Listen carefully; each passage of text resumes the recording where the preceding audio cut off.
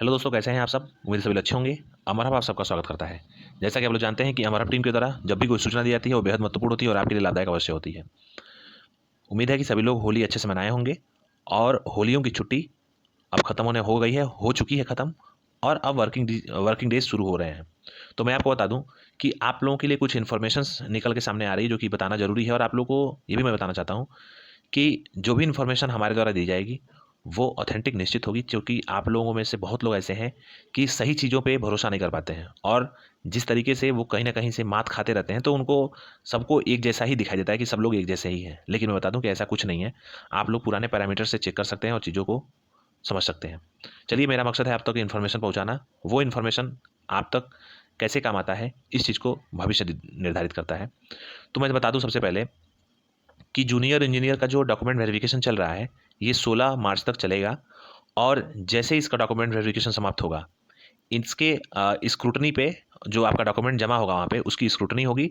उसके बाद से उसके रिजल्ट पे काम आयोग शुरू कर देगा।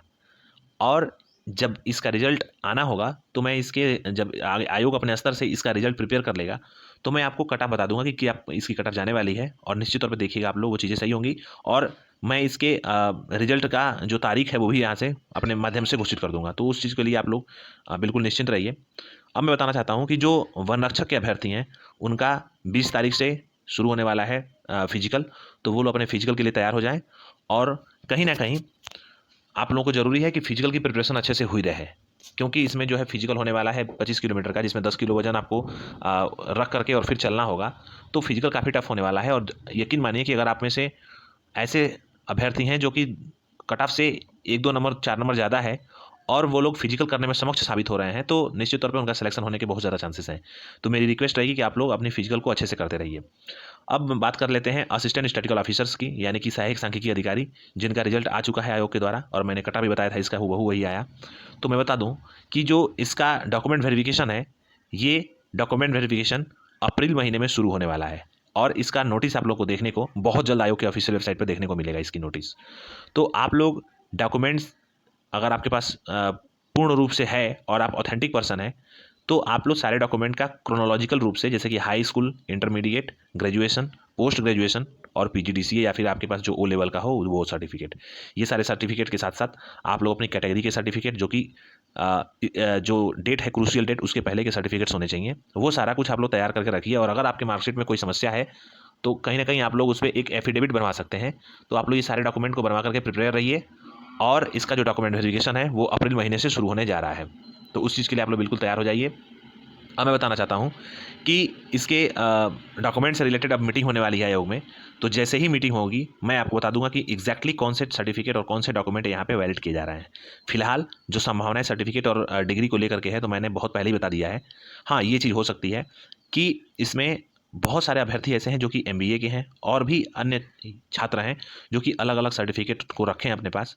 तो कहीं ना कहीं ये चीज़ें देखने वाली होंगी कि वो लोग थोड़ा सा इन सब चीज़ों पे क्योंकि अब डॉक्यूमेंट वेरिफिकेशन ही बचा है तो वो लोग आगे की तैयारी को कर सकते हैं।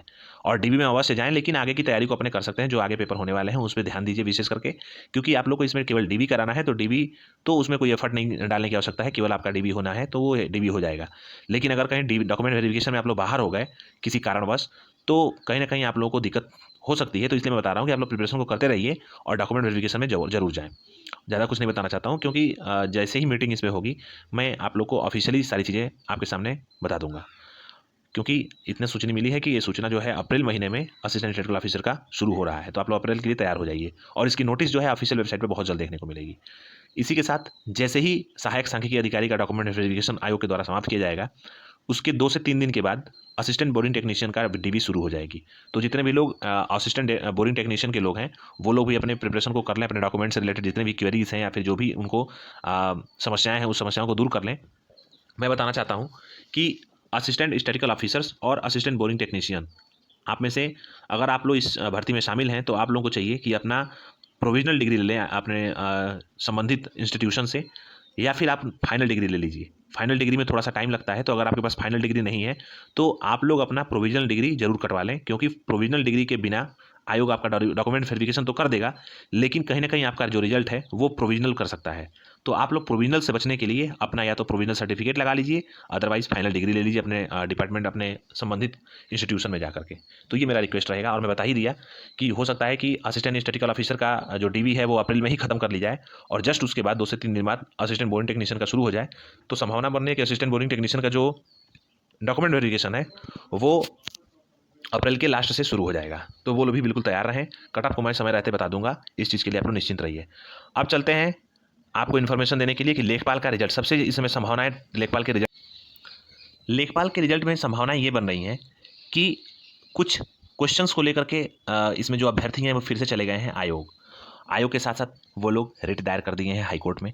आप लोग जानते हैं कि जब भी कोई भर्ती फंसती है या भर्ती में विलंब होता है तो कहीं ना कहीं उसका कारण हम लोग स्वयं होते हैं। हमारे में से ऐसे ही अभ्यर्थी, हम लोग जैसे ही अभ्यर्थी होते हैं जो उस भर्ती में कोई ना कोई अड़ंगा लगा लेते हैं या फिर कोई केस कर देते हैं या फिर कोई लेटर लिख करके और आयोग के सामने या शासन के सामने प्रदर्शित कर देते हैं, जिससे कि चीज़ें लेट होने लगती हैं। क्योंकि कोई भी ऑब्जेक्शन किसी भर्ती पे आता है तो सबसे पहले वो ऑब्जेक्शन को सॉल्व किया जाता है आयोग के द्वारा, उसके बाद से ही आयोग उस पर अगला कदम उठाता है। तो जैसे कि सारी भर्तियों में हम लोग देख रहे हैं, आप लोग जानते होंगे कि होम्योपैथिक यानी कि फार्मासिस्ट की भर्ती बहुत पहले हुई थी। वो एएसओ से पहले हो गई थी उसकी भर्ती, करीब 4 एग्जाम 2019 करके था। तो उसका एग्ज़ाम भी हो गया था, उसका रिजल्ट भी आ गया था, डीवी भी हो गई थी और फाइनल रिजल्ट भी आ गया था। लेकिन फाइनल रिजल्ट आने के बाद भी उनकी ज्वाइनिंग अभी तक नहीं हो पाई और वो बच्चे परेशान हैं। और क्यों परेशान हैं? क्योंकि उनमें से बहुत ऐसे अभ्यर्थी हैं जिनको कुछ लोग इन्फ्लुएंस कर दिए और वो उस इन्फ्लुएंसर में आकर के और वो लोग जा करके केस कर दिए। केस करने के बाद से आज तक उनका जो है चीज़ें क्लियर नहीं हुई हैं हाई कोर्ट की तरफ से और उनकी ज्वाइनिंग रुकी हुई है। तो आप लोग सोच सकते हैं कि चीज़ें क्लियर होने के बाद भी यूपी में चीज़ें रुक जाती हैं। और रुकती क्यों हैं? केवल और केवल जैसे कि आप अपनी चीज़ों को नहीं मानेंगे और आप उसमें स्टक कर जाएंगे। तो थोड़ा सा अगर चीज़ें दिक्कत है तो आप लोग आगे बढ़ने की कोशिश किया करिए। ऐसा नहीं है कि एक चीज़ें दिक्कत आ गई तो आप उसी पर रुक करके बैठ जाइए। अगर रुक करके बैठेंगे तो समस्याएं तो बढ़ेंगी ही बढ़ेंगी। तो मैं बताना चाहता हूँ कि जैसे कि लेखपाल में समस्याएं बढ़ती हुई दिख रही हैं और अभी इसके रिजल्ट पे कोई भी बात संभव नहीं है जब तक कि सारी समस्याओं का रिजल्व आयोग न कर ले। तो लेखपाल के रिजल्ट के बारे में कोई भी सूचना नहीं है कि इसका रिजल्ट कब तक आएगा। लेकिन हाँ, जब भी इस पर कोई रिजल्ट की बात आयोग में होगी या फिर कोई इस पर अगर निर्णय लिया जाएगा तो मैं आप तक जरूर पहुँचूंगा उस इन्फॉर्मेशन को लेकर के। वीडियो का री एग्ज़ाम मई के लास्ट में या जून के फर्स्ट वीक में संभावित है और सचिव महोदय के द्वारा इसमें कहा भी गया है कि ऐसे ही इसमें अभ्यर्थी या फिर ऐसी ही इसमें जो है एजेंसी के चूज़ किया जाएगा जो एकदम पाक साफ होगी। यानी कि जो इसमें एजेंसी होगी वो बिल्कुल अच्छी होगी, निष्पक्ष होगी और उसमें कोई दाग नहीं होगा उस एजेंसी पे। उसी एजेंसी से आयोग पेपर कराना चाहता है, क्योंकि अब आयोग नहीं चाहता है कि वीडियो के री एग्ज़ाम में वीडियो का जो पेपर पहली बार हुआ था उसके ऐसा कोई समस्याएं पैदा हों। तो कहीं ना कहीं ये चीज़ें सतर्कता रूप से देखने को मिलेंगी और सतर्क मिलेंगी। तो मैं आप लोगों से कहना चाहता हूँ कि वीडियो के री एग्ज़ाम जो है आपका मई के फर्स्ट वीक में या जून के फर्स्ट वीक में होगा, लेकिन जब भी होगा निष्पक्ष होगा। अभी तक यही सूचना मिल रही है और आप लोग अपनी पूरी स्फूर्ति के साथ तैयारी करते रहिए, क्योंकि आप लोग को एक सीट चाहिए होता है। अगर आप पहले ही सोच लें कि ये होगा वो होगा पेपर में या फिर कोई समस्या आएगी तो ऐसे तैयारी नहीं हो पाएगी। आप लोग सारी समस्याओं के साथ तैयारी करिए और आपको बस एक लक्ष्य होना चाहिए कि चाहे कुछ भी हो पेपर में, मुझे एक सीट लेना है, बस, ज़्यादा कुछ नहीं। अब मैं जूनियर इंजीनियर की बात बताना चाहता हूं। तो जूनियर इंजीनियर 2018 का जो रिजल्ट है वो अभी नहीं आएगा। सबसे पहले इस पे जो 11 बच्चों का पेपर होना है आयोग की तरफ से बहुत जल्द आपको नोटिस देखने को मिल जाएगा और उनका पेपर बहुत जल्द आयोग के द्वारा अपने स्तर से कंप्लीट करा लिया जाएगा। और जो इसके रिजल्ट की प्रक्रिया है वो मई के लास्ट में या जून के फर्स्ट वीक में इसके रिजल्ट निश्चित तौर पर आयोग के द्वारा दे दिया जाएगा। अभी तक यही सूचना है, मई के लास्ट में और जून के फर्स्ट वीक तक इसका रिजल्ट आपके ऑफिशियल वेबसाइट पे प्रदर्शित कर दिया जाएगा। लेकिन इसके पहले पहले सारे प्रोसीजर को आयोग के द्वारा कंप्लीट कर लिया जाएगा। तब तक के लिए आप लोग परेशान मत होइए, आप लोग बहुत ज़्यादा परेशान हैं और मैं दिल से चाहता हूं कि आपका रिजल्ट जल्दी भी, जो भी समस्याएं इसमें हों उन समस्याओं को दूर करके आयोग, माननीय सचिव महोदय, जल्दी इसका रिजल्ट घोषित करें। क्योंकि जो इसमें लड़के हैं वो परेशान हैं, धरना दे रहे हैं कई जगह जा करके, तो कहीं ना कहीं उनके हर एक चीज़ों पर लॉस हो रहा है। अब मैं मुख्य सेवक की बात करना चाहता हूं। तो मुख्य सेवक के अभ्यर्थी जितने भी हैं वो अप्रैल महीने के लास्ट में उनका पेपर होने वाला है। आप लोग तैयारी को करते रहिए, आप लोग को कोई समस्या नहीं है। आप लोग पोर्टल के चक्कर में या फिर किसी और चक्कर में ना पड़िए, आप लोग अपनी तैयारी करते रहिए। और मैंने मुख्य सेविका के में जो मुख्य परीक्षा के लिए जो कट ऑफ जाने वाली है वो भी बता दिया था कि अगर आपके 2, 4, 5, 10 नंबर हैं तो आप लोग बिल्कुल परेशान मत होइए, आप मुख्य सेविका के लिए निश्चित तौर पर सेलेक्ट हो जाएंगी। और डीबी से रिलेटेड मैं बता दूँ कि आपका चाहे 1 वर्ष पढ़ी हो, 2 वर्ष पढ़ी हो, 3 वर्ष पढ़ी हो, जो संबंधित सब्जेक्ट हैं अगर आपने ग्रेजुएशन में कभी भी पढ़ा है तो निश्चित तौर पर आप एलिजिबल हो। बिल्कुल घबराने की आवश्यकता नहीं है, आप अपनी तैयारी को करते रहिए। बंद दौरा का पेपर इसी महीने में होगा, अप्रैल महीने में होगा। आप लोग अप्रैल महीने के लिए एकदम तैयारी को करते रहिए।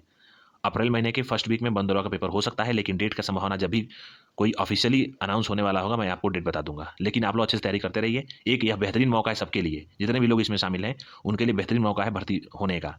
तो आप लोग अपनी तैयारी को अच्छे से करते रहिए। आरटीआई अनुदेशक का डॉक्यूमेंट वेरिफिकेशन 15 तारीख तक के आसपास जो है स्क्रूटनी शुरू हो जाएगी, और जो इसका पेपर होगा वो बहुत जल्द, यानी कि हो सकता है कि इसका पेपर मई महीने में ही कंडक्ट करा लिया जाए आयोग के द्वारा। तो उसमें घबराने की आवश्यकता नहीं है, आप लोग अपनी तैयारी करते रहिए। थोड़ा सा इसमें टाइम इसलिए लग रहा है मई महीने तक, क्योंकि अब डॉक्यूमेंट वेरिफिकेशन जो आपका डॉक्यूमेंट सबमिट हो गया है या जो हो जाएगा उसको स्क्रूटनी करनी पड़ेगी आयोग को, और जो वैलिड कैंडिडेट पाए जाएंगे आयोग के द्वारा उन्हीं लोगों का पेपर कंडक्ट होगा। जो लोग इनवैलिड घोषित होंगे इस पेपर में उनका खत्म हो जाएगा, यानी कि उनका कैंडिडेचर यहाँ पे समाप्त कर लिया जाएगा। अब मैं बताना चाहता हूँ कि एजीटीए का विज्ञापन बन के तैयार है लगभग। ये विज्ञापन कभी भी प्रकाशित हो सकता है आयोग के द्वारा। इसके साथ साथ सहायक लेखाकार का विज्ञापन आएगा, बिल्कुल वो लोग तैयार रहें। इसके साथ साथ सहायक सांख्यिकी अधिकारी का विज्ञापन आएगा, बिल्कुल वो लोग भी तैयार रहें। और जूनियर असिस्टेंट का भी आएगा जो कि 2023 के नाम से आएगा, वो लोग भी तैयार रहें। अगर पद की बात कर ली जाए तो एजीटीए में करीब 3500 पद हैं, सहायक लेखाकार में 1300 के आसपास पद हैं, सहायक सांख्यिकी अधिकारी में 1800 प्लस पद है, और जूनियर असिस्टेंट में करीब 3000 से 3500 पद है। इनके विज्ञापन इसी क्रम में आएंगे जिस क्रम में मैंने यहाँ पे थंबनेल में लगाया है, और निश्चित तौर पे आपका जो है विज्ञापन आ जाएगा और आप लोग की भर्ती प्रक्रिया कंप्लीट हो जाएगी।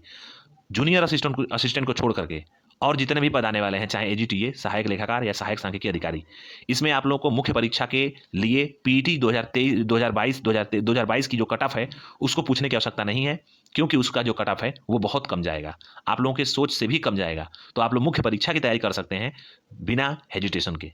उम्मीद करता हूं कि आप लोगों को चीज़ें समझ में आई होंगी, और जैसे ही आयोग अपने अच्छे तरीके से अपना फिर कार्यक्रम शुरू करेगा और मुझे कोई सूचना मिलेगी, मैं तत्काल आप तक पहुंचूंगा वो इन्फॉर्मेशन को लेकर के। तब तक के लिए उम्मीद करता हूं कि आप लोगों को वीडियो अच्छा लगा होगा और आप लोग इस चैनल से जुड़ेंगे, और इस मुहिम में, नौकरी पाने की मुहिम में आप लोग सफल भी होंगे। इन्हीं अच्छी बातों के साथ मैं वीडियो को वाइंड अप करना चाहता हूं दोस्तों। जय हिंद।